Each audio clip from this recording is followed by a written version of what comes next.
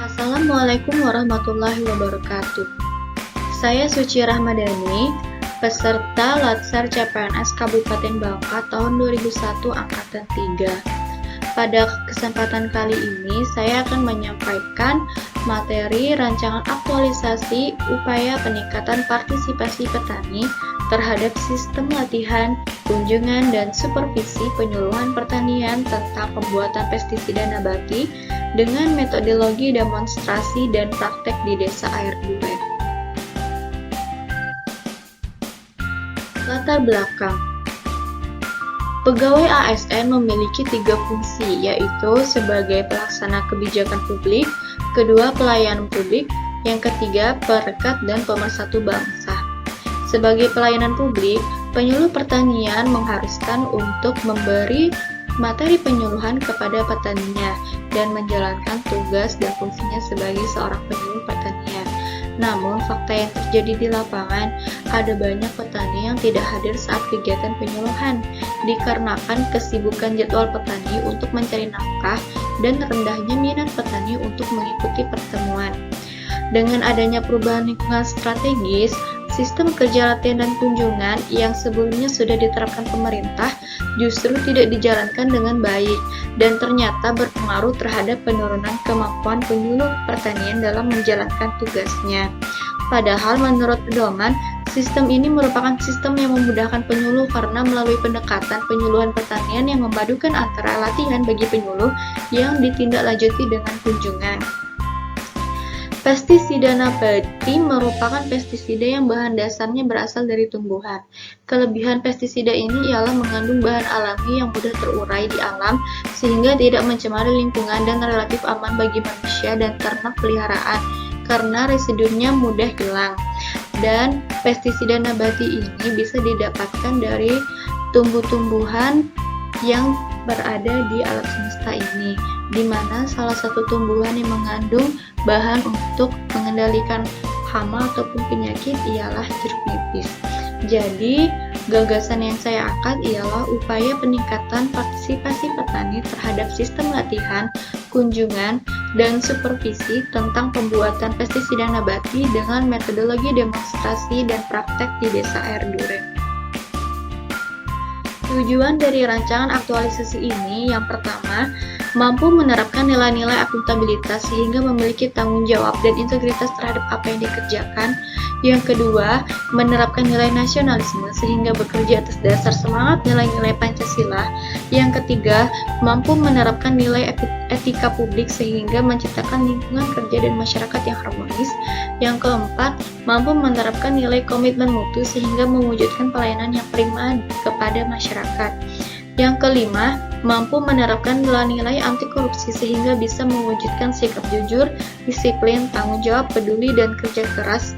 Yang keenam, mampu membantu meningkatkan partisipasi petani terhadap sistem latihan, kunjungan, dan supervisi tentang pembuatan pestisida nabati dengan metodologi demonstrasi, sehingga petani mendapatkan informasi mengenai pertanian dan terutama pembuatan pestisida nabati. Manfaat dari rancangan aktualisasi ini, yang pertama bagi diri sendiri yaitu dapat meningkatkan pemahaman dan kemampuan untuk mengimplementasikan nilai-nilai dasar profesi PNS. Yang kedua, bagi Dinas Pangan dan Pertanian, membantu mewujudkan visi dan misi dari Dinas Pangan dan Pertanian. Yang ketiga, bagi masyarakat, ialah adanya perubahan sikap, keterampilan, dan pengetahuan bagi petani yang mengikuti kegiatan sesuai dengan fungsi penyuluh pertanian. Kemudian, petani mampu membuat atau memproduksi pestisida nabati sendiri sehingga dapat menghemat biaya usaha tani dan meningkatkan pendapatan petani. Visi dan misi Dinas Pangan dan Pertanian. Yang pertama, memberikan pelayanan yang cepat dan tepat tanpa mengabaikan prosedur. Yang kedua, mewujudkan tata kelola yang baik dalam pelayanan secara akuntabel dan transparan. Yang ketiga, meningkatkan kemampuan petugas untuk memberikan pelayanan yang maksimal. Landasan teori. Sistem kerja latihan, kunjungan, dan supervisi ialah pendekatan yang memadukan antara pelatihan bagi penyuluh yang ditindaklanjuti dengan kunjungan berupa pendampingan kepada petani atau kontan secara terjadwal dan didukung dengan supervisi teknis dari penyuluh senior serta ketersediaan informasi teknologi sebagai materi kunjungan.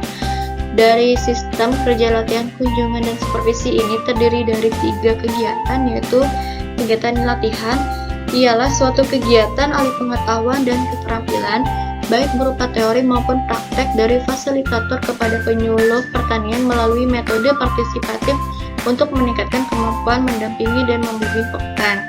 Yang kedua, kunjungan, yaitu kegiatan pendampingan dan bimbingan penyuluh pertanian kepada petani secara personal dan dalam kelembagaan petani. Yang ketiga, supervisi, yaitu pembinaan dan pengawasan pelaksanaan kegiatan penyuluhan dalam pengawalan dan pendampingan Poktan atau Gapoktan ataupun kelembagaan ekonomi petani agar terlaksana sesuai yang direncanakan. Jadwal pelaksanaan sistem kerja laku susi. Dari gambar tersebut dapat dijelaskan bahwa dalam minggu pertama, penyuluh pertanian di wilayah kerja penyuluh pertanian melakukan kunjungan kepada 4 poktan selama 4 hari kerja, yaitu pada hari pertama, kedua, ketiga, dan keempat. Kemudian, pada saat penyuluh pertanian melakukan kunjungan, maka pimpinan Balai Penyuluh Pertanian atau supervisor dapat melakukan supervisi langsung ke lapangan. Lalu, pada hari keempat, penyuluh pertanian melakukan pertemuan di Balai Penyuluhan Pertanian untuk mereview hasil kunjungan yang disupervisi oleh pimpinan Balai Penyuluh Pertanian.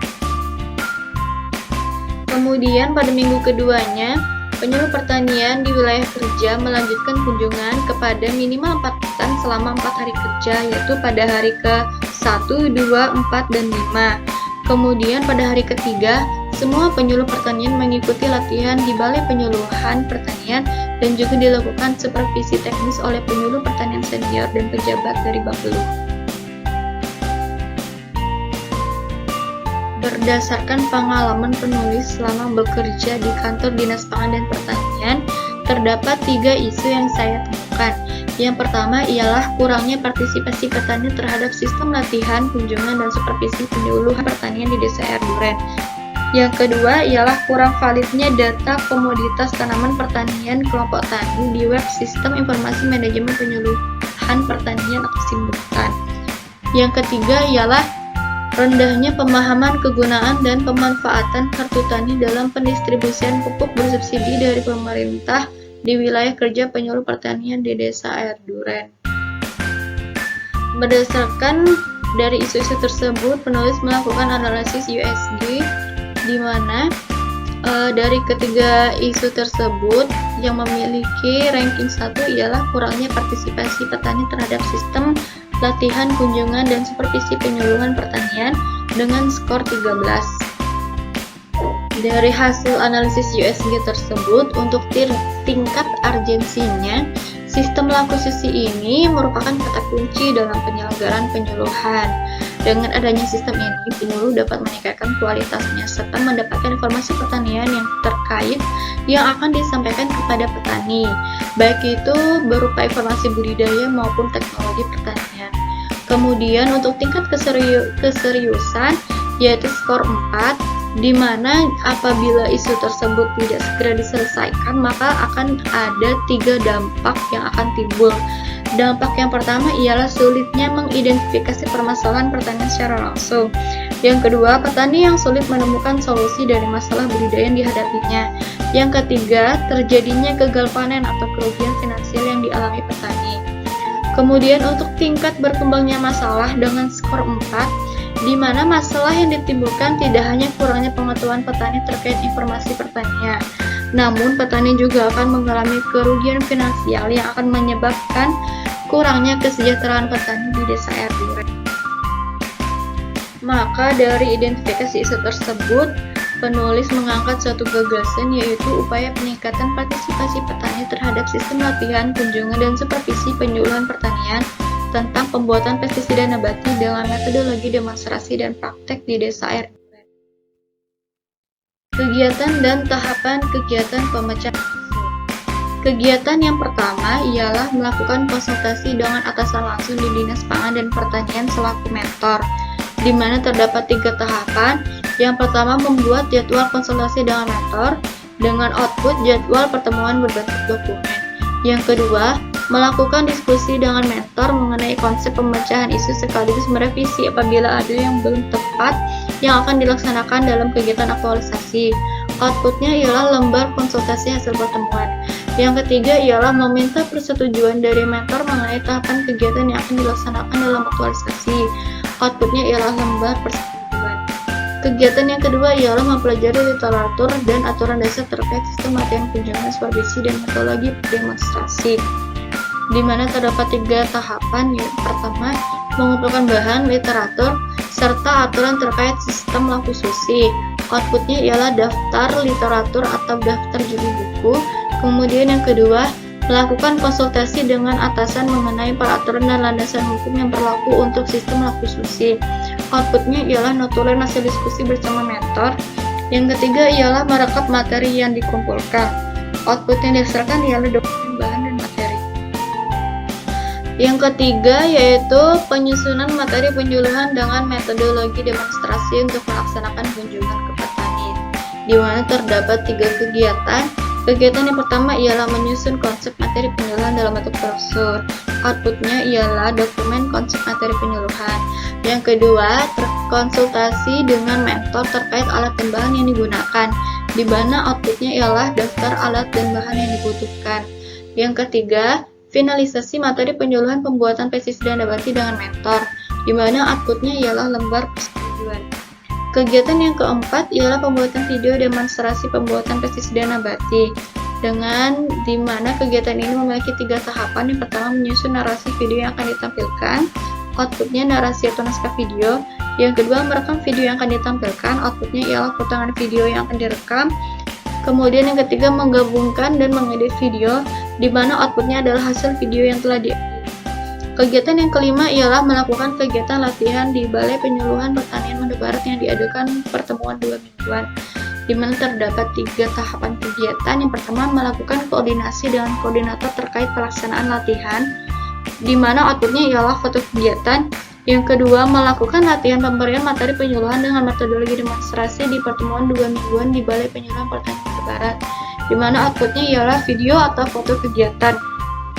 Yang ketiga ialah review kegiatan latihan penyampaian materi dengan metodologi demonstrasi, di mana outputnya ialah foto kegiatan atau presentasi. Yang keenam, kegiatannya ialah melakukan kegiatan kunjungan ke lapangan untuk menyampaikan materi penyuluhan dengan metodologi demonstrasi, di mana terdapat 4 tahapan.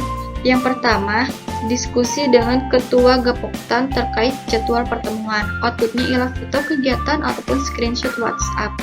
Yang kedua, menyampaikan materi penyuluhan kepada petani, di mana outputnya ialah absensi pertemuan.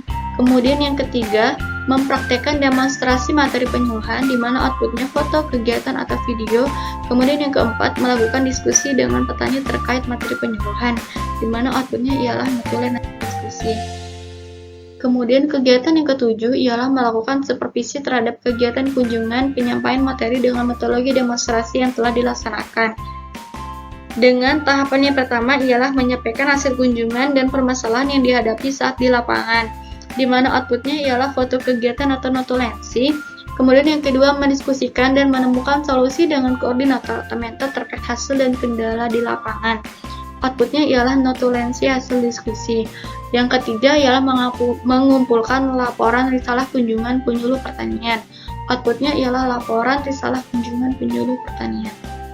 Kemudian kegiatan yang terakhir ialah melakukan evaluasi terhadap kegiatan upaya peningkatan partisipasi petani terhadap sistem laku susi dengan metodologi demonstrasi. Tahapan yang pertama ialah merekap data kegiatan latihan, kunjungan, dan supervisi, di mana outputnya dokumen rekapan. Kemudian yang kedua, analisa hasil kegiatan latihan, kunjungan, dan supervisi, di mana outputnya ialah dokumen notulensi hasil analisa. Yang ketiga ialah evaluasi hasil kegiatan, di mana outputnya dokumen notulensi hasil evaluasi. Kemudian untuk tahapan yang keempat ialah menyusun draft laporan kegiatan latihan, kunjungan, dan supervisi. Outputnya ialah dokumen draft laporan. Kemudian yang kelima ialah konsultasi laporan kegiatan latihan, kunjungan, dan supervisi, di mana outputnya ialah lembar konsultasi atau foto. Kemudian yang keenam, merevisi dan mengumpulkan laporan akhir kegiatan aktualisasi. Outputnya ialah laporan akhir kegiatan aktualisasi. Jadwal rencana kegiatan. Yang pertama ialah pada tanggal 13 September sampai 24 September, kemudian kegiatan kedua tanggal 20 sampai 24 September, kemudian yang kegiatan nomor 3 ialah dari tanggal 27 September sampai 30 September, kemudian kegiatan yang keempat dari tanggal 29 September sampai 8 Oktober. Lalu untuk kegiatan yang kelima dari tanggal 11 Oktober sampai 15 Oktober. Kemudian kegiatan yang keenam dari tanggal 11 Oktober sampai 22 Oktober. Lalu untuk kegiatan yang ketujuh dari tanggal 18 Oktober sampai 29 Oktober. Dan kegiatan yang terakhir dilaksanakan pada tanggal 25 sampai 29 Oktober. Terima kasih atas perhatiannya. Semoga presentasi saya dapat bermanfaat bagi kita semua. Mohon kritik dan sarannya. Terima kasih. Wassalamualaikum warahmatullahi wabarakatuh.